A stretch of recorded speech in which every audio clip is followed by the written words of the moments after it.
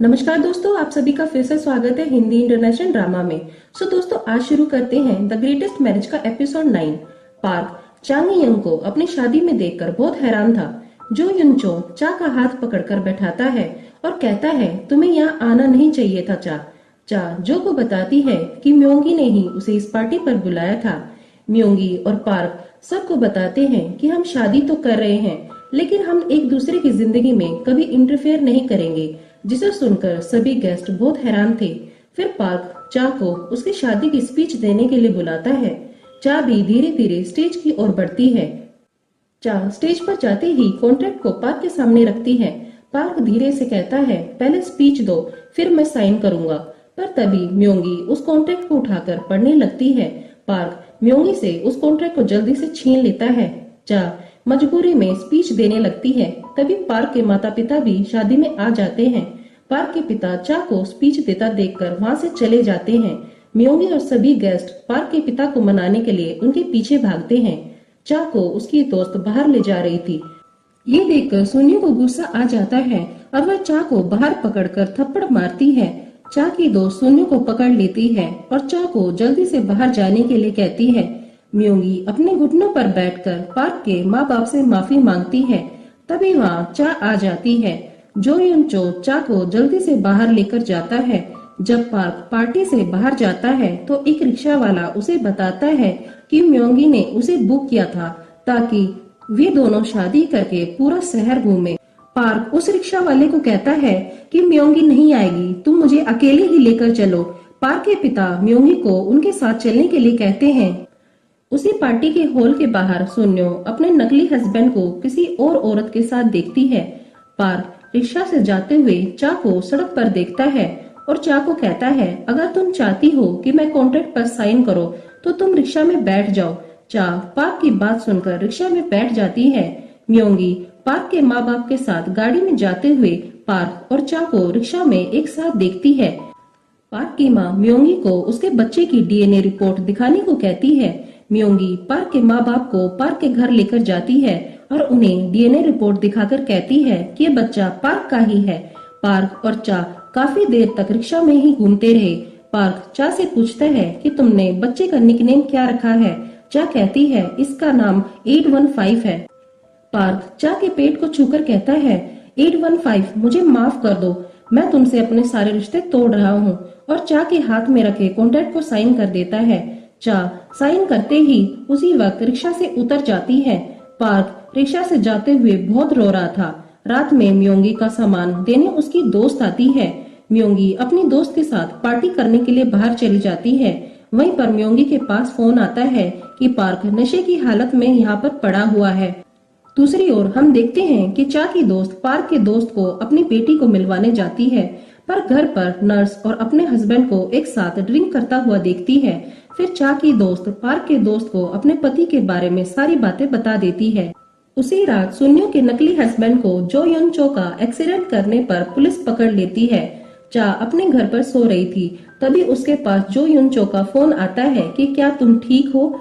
चा बताती है कि उसे ठंड लग गई है, जिससे उसकी तबीयत खराब हो गई है और प्रेगनेंसी के कारण वह कोई दवाई भी नहीं ले सकती। जो युनचो अपने टीम मेंबर को कहता है कि तुम लोग प्रेग्नेंट औरत जब ठंड लगने पर जो चीजों को लेती हैं वे सब जल्दी से लेकर आओ। म्योंगी उस जगह पर जाती है जहां पार्क नशे में पड़ा हुआ था। वहां बैठी औरतें बताती हैं कि आज रात के लिए पार्क ने उन्हें बुक किया था और वह नशे में बार बार चांग यंग ही बोल रहा है। चा की दोस्त के पास चा का फोन आता है और वह अपनी ठंड के बारे में बताती है। चा की दोस्त फोन को डॉक्टर को दे देती है। डॉक्टर कुछ मेडिसिन ना लेने के लिए और कुछ चा को खाने के लिए बोलता है। जब चा सामान लेने के लिए बाहर जाती है तो वे सब चीजें चा को नहीं मिलती। चा खाली हाथ अपने घर आ जाती है और वह अपने घर के गेट पर देखती है कि वह सभी चीजें वहां रखी थी जो डॉक्टर ने उसे खाने के लिए कहा था। ये सभी चीजें जो युनचो ही रख कर गया था। वहीं पार्क के पिता न्यू स्टेशन के प्रेसिडेंट को फोन करके कहते हैं कि अगर वे चांग यंग को जॉब से नहीं निकालेंगे तो न्यू स्टेशन से अपने सारे पैसे हटा लेंगे। सुबह होने पर पार्क की माँ म्योंगी को घर बुलाती है। प्रेसिडेंट बोर्ड मेंबर्स को पार्क के पिता के बारे में बताता है। बोर्ड मेंबर फैसला करते हैं कि चांग यंग ने डिलीवरी के लिए 90 दिन की छुट्टी ली है, क्यों ना उसे 2 साल की छुट्टी पर भेज दिया जाए। प्रेसिडेंट कहते हैं, फिर हम 2 साल के बाद चांग यंग को हमेशा के लिए जॉब से निकाल देंगे। जो युन चो टीम मेंबर से चा के बारे में पूछता है। वे लोग बताते हैं कि आज चा ना तो न्यूज स्टेशन पर आई है और ना ही किसी का फोन उठा रही है। जो चा के घर जाता है और गेट बजाने पर कोई भी गेट नहीं खोलता। फिर वह चाबी बनाने वाले से गेट खुलवाता है और अंदर जाकर देखता है कि चांग यंग फर्श पर बेहोश पड़ी हुई है। जो चा को जल्दी से उठाकर हॉस्पिटल लेकर जाता है, जहाँ नर्स हॉस्पिटल में बताती है कि चांग यंग की डिलीवरी होने वाली है। जो चा को कहता है, पर तुम्हें तो न्यूज एंकरिंग के लिए आज रात चलना होगा। चा हॉस्पिटल में ना रुककर दर्द में ही न्यूज स्टेशन के लिए चली जाती है। न्यूज स्टेशन पर बोर्ड मेंबर चा को कहते हैं कि वे उसकी डिलीवरी के लिए उसे 2 साल की छुट्टी दे रहे हैं। चा कहती है कि मुझे सिर्फ 45 दिन की छुट्टी चाहिए, क्योंकि इन सालों में मैं बिना पैसे अपने बच्चे को नहीं पाल पाऊंगी। पार्क की माँ म्योंगी से बहुत सारा खाना बनवाती है और परिवार के सभी बड़ों से मिलवाती है। जो युन चो न्यूज स्टेशन पर बार बार चा को छुट्टी न लेने के लिए कह रहा था। चा को न्यूज रूम में बहुत ज्यादा दर्द हो रहा था और उसका वाटर ब्रेक भी हो जाता है, जिसे देखकर जो युन चो बहुत डर जाता है और चा को कहता है, क्या तुम्हारा बेबी अभी आने वाला है, और चिल्लाकर सबको गर्म पानी लाने को कहता है। चा जो युन चो का हाथ पकड़कर बैठा लेती है और दर्द में ही अपनी न्यूज की एंकरिंग करने लगती है। एंकरिंग खत्म होने पर जो युन चो चांग यंग को हॉस्पिटल ले जा रहा था। तभी एक न्यूज मेंबर आकर जो युन चो को बताती है कि उसे प्रेसिडेंट बुला रहे हैं। तभी जो चा को कहता है कि मैं इसलिए तुम्हें कह रहा था कि तुम छुट्टी पर मत जाओ, प्रेसिडेंट उसी बारे में मुझसे बात करना चाहते हैं और इसी कारण मैं तुम्हें हॉस्पिटल भी नहीं ले जा सकता। चा अकेली ही गाड़ी ड्राइव करके हॉस्पिटल जाती है। हॉस्पिटल जाने पर चा फॉर्म भरती है। नर्स पिता का नाम की जगह खाली देखकर चा को एडमिट करने से मना कर देती है। चा बहुत ज्यादा दर्द में थी और वहीं बैठ जाती है।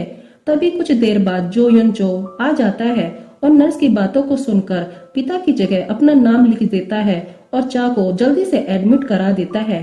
पार्क म्योंगी को घर ले जा रहा था। तभी म्योंगी के पेट में बहुत दर्द हो जाता है।